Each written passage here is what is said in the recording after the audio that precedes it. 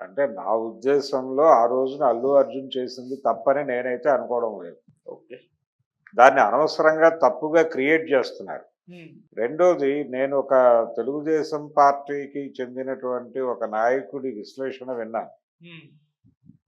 ఆయన చాలా రాయలసీమకు చెందినటువంటి వ్యక్తి. ఆయన ఒక విచిత్రమైన వాదన చేశాడు. పబ్లిక్ మూడ్‌కి వ్యతిరేకంగా నడవటం అనేది అల్లు అర్జున్‌కి అలవాటు అన్నాడు. హుహు. అని దాన్ని జస్టిఫై చేయటానికి ఆ ఇన్సిడెంట్‌ని కోట్ చేశాడు. ఓకే. ఏది? శిల్పారవి. హ్మ్. అంటే టోటల్ తెలుగు ప్రజలందరూ కూడా యాంటీ జగన్ ఉన్నారు. ఇతను ప్రో జగన్ వెళ్ళాడు అని మాట్లాడేశాడాయన. హ్మ్. నాకు చాలా ఆశ్చర్యం వేసింది.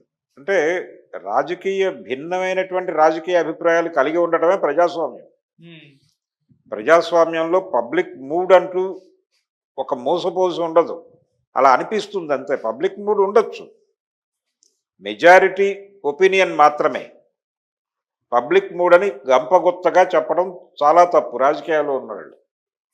పైగా ప్రజాస్వామిక వ్యవస్థలో ఉన్నవాళ్ళు భిన్నాభిప్రాయాలను గౌరవించాలి. ఓకే. ఈ మినిమం సెన్స్ కూడా లేకుండా రాజకీయ నాయకులు మాట్లాడేస్తున్నారు.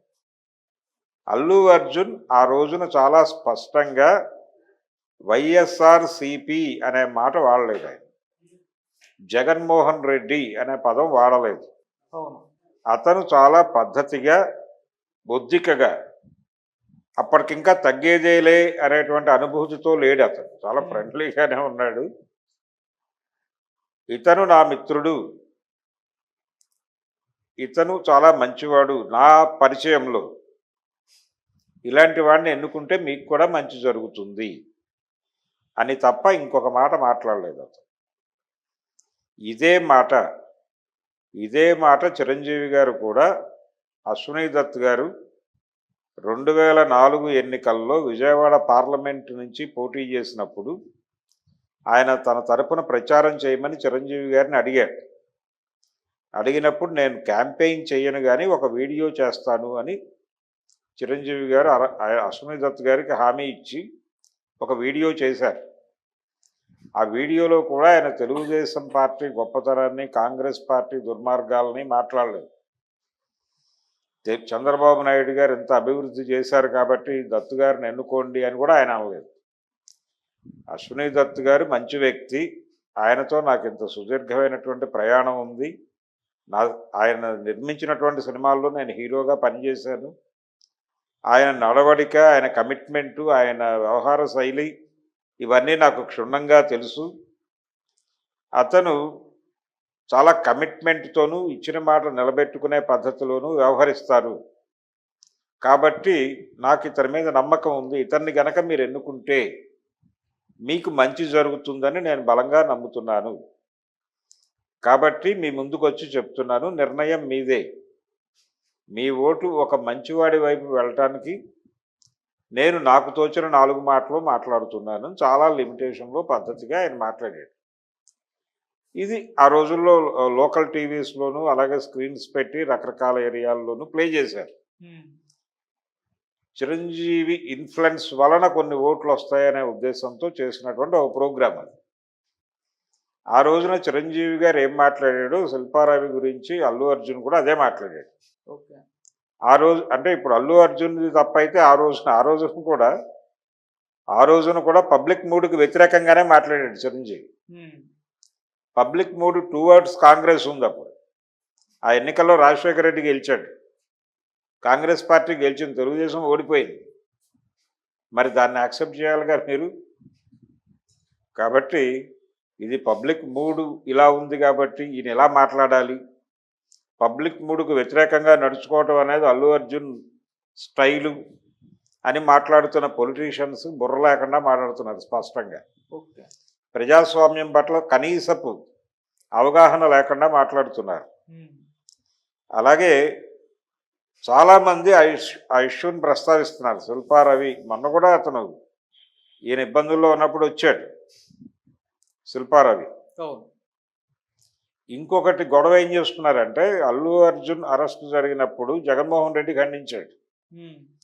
చంద్రబాబు నాయుడు గారు అరవింద్ గారికి ఫోన్ చేశాడు. ఉమ్, ఇద్దరూ స్పందించారు.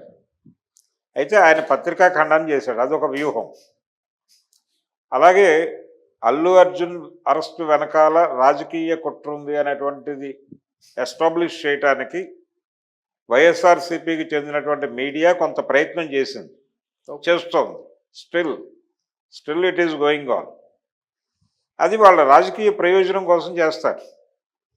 అంటే ఎప్పుడైతే అల్లు అర్జున్ తన స్టేట్మెంట్ల ద్వారా ఈ అరెస్టు ద్వారా ప్రభుత్వానికి తనకి మధ్య ఒక గ్యాప్ ఉంది అనేది ఎస్టాబ్లిష్ చేయటం జరిగిందో, అప్పుడు ఇమ్మీడియట్గా అతనికి తెలియకుండానే అతని వెనకాల కొన్ని రాజకీయ శక్తుల ఐక్య సంఘటన వచ్చేస్తుంది. ఆ ఐక్య సంఘటన అతని ప్రమేయంతో రాలా. ఇలాంటి అవకాశాల కోసం వాళ్ళు వెతుకుతారు. ఆ వెతుకుతున్నటువంటి క్రమంలో ఈ ఛాన్స్ ఇచ్చాడు ఈయన. ఇవ్వగానే బీఆర్ఎస్, వైఎస్ఆర్సీపీ, కేసీఆర్ కాలు విరిగినప్పుడు పలకరించడానికి జగన్మోహన్ రెడ్డి గారు వచ్చారు హైదరాబాద్. వచ్చి అప్పటికి ఆయనకు పదవి పోయింది, కష్టాల్లో ఉన్నాడు కేసీఆర్ గారు. వెళ్ళి పరామర్శించాడు. అదే టైంలో కొత్తగా ముఖ్యమంత్రిగా ప్రమాణ స్వీకారం చేశాడు ఈయన రేవంత్ రెడ్డి గారు. కనీసం ఆయన్ని పలకరించడం కూడా పలకరించకుండా ఆయన విజయవాడ వెళ్ళిపోయాడు, తాడేపల్లి వెళ్ళిపోయాడు.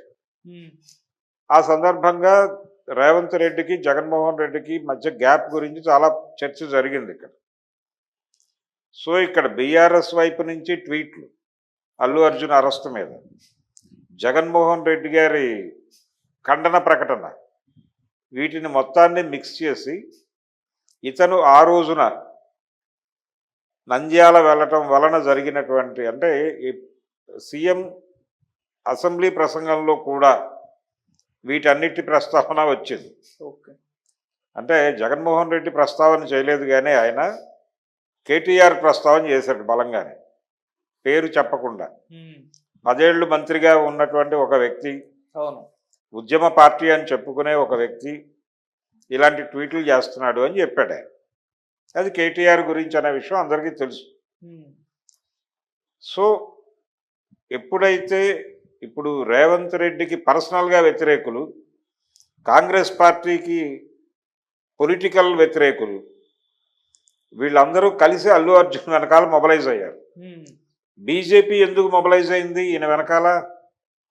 కేంద్రం. ఇప్పుడు అకార్డింగ్ టు ఈయన నంద్యాల పర్యటనే ఇష్యూ అయితే, నంద్యాల పర్యటన చేయటమే ఇష్యూ అయితే, ఆ రోజున నంద్యాల పర్యటన బీజేపీకి కూడా వ్యతిరేకంగా కదా చేసింది. అవును. కూటమిలో బీజేపీ కూడా భాగస్వామి కదా. ఉమ్, సో బీజేపీని కూడా నాశనం చేయండి అని చెప్పినట్టేగా అల్లు అర్జున్. ఉమ్, మరి ఎందుకు బీజేపీ వాళ్ళు వచ్చి ఇప్పుడు బండి సంజయ్ ఎగేసుకుని వచ్చి అల్లు అర్జున్కి మద్దతు తెలుపుతున్నాడు? పూర్తి స్థాయి పొలిటికల్ మోటో ఉంది ఇక్కడ.